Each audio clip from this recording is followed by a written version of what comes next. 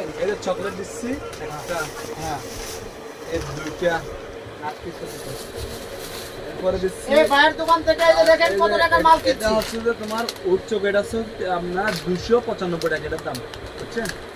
আপনারা যেখানেই থাকেন না কেন এই ভাইয়ের দোকানে আসবেন, কক্সবাজারে আসলে। তিনটা আচার দিচ্ছি কিন্তু এটা কিন্তু এখন টাকা পাবেন মানে আপনারা যেখান থেকে আসেন না কেন আবার এদিকে দিচ্ছি দেখেন, এই লাবণী পয়েন্টে এই যে একটা ম্যাঙ্গো, একটা আলু বোকারা মারমেটের, একটা আফগানের হচ্ছে যে তেঁতুল বরজ। আর এই একটা দেন, এই একটা দেন। এই যে এটা কি বাদাম, বাদাম এটা হচ্ছে বাদাম মিক্স।